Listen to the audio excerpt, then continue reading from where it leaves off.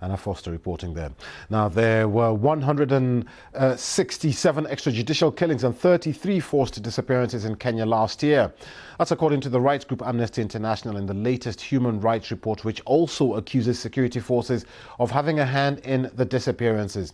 Kenyan authorities have denied the allegations. The highest profile disappearance has been that of Ethiopian businessman Samson TekleMichaël, who was abducted on the streets of Nairobi last November. The BBC's Mercy Juma reports from Nairobi. These amateur videos appear to show Samson TekleMichaël being abducted in broad daylight in Nairobi. The mobile footage was shared and discussed widely on social media in the country. The incident shocked the family and remains a constant reminder of the uncertainty they have to live in every day. My kids are tortured every day. They have seen the video. No one has called me. The first time I've given my statement to Kilimani police station, that is the day I've seen and I've talked to police officers. The issues of The Ethiopian ambassador to Kenya has joined the appeal to find Milen's husband, calling on the Kenyan government to do more. We appealed to Kenyan authorities to help us trace his whereabouts. And the response we have is for the embassy to implore until investigation is wrapped up by the country's police unit. We're still looking forward to their more information. The Kenyan government have not responded to the BBC's request for comment. Mr. TekleMichaël is originally from Tigray, the region at the epicenter of the civil war in Ethiopia over the last 17 months. He is a businessman running a liquefied petroleum business between Nairobi and Addis Ababa. This is the spot where Samson was forcefully taken out of his car.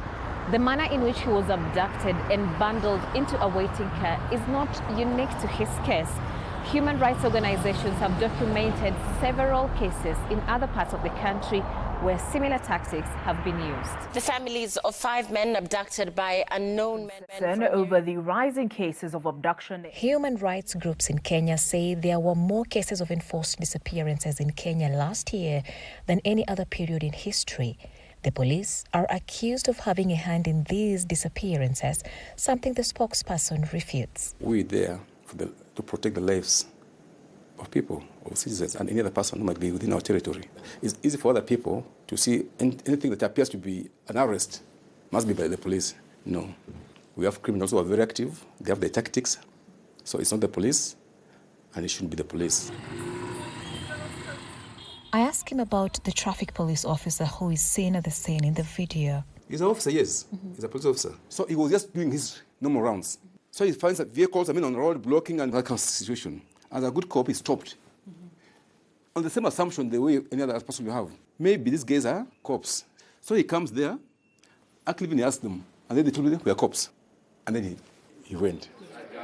Recently, a section of Ethiopians living in Nairobi, activists and TekleMichaël's family held a protest petitioning for information from the government on his whereabouts. The last 4 months have been agonizing for Milen. She hopes something at least comes out of this gathering. But until then, she continues hoping and praying. Mercy Juma, BBC News, Nairobi.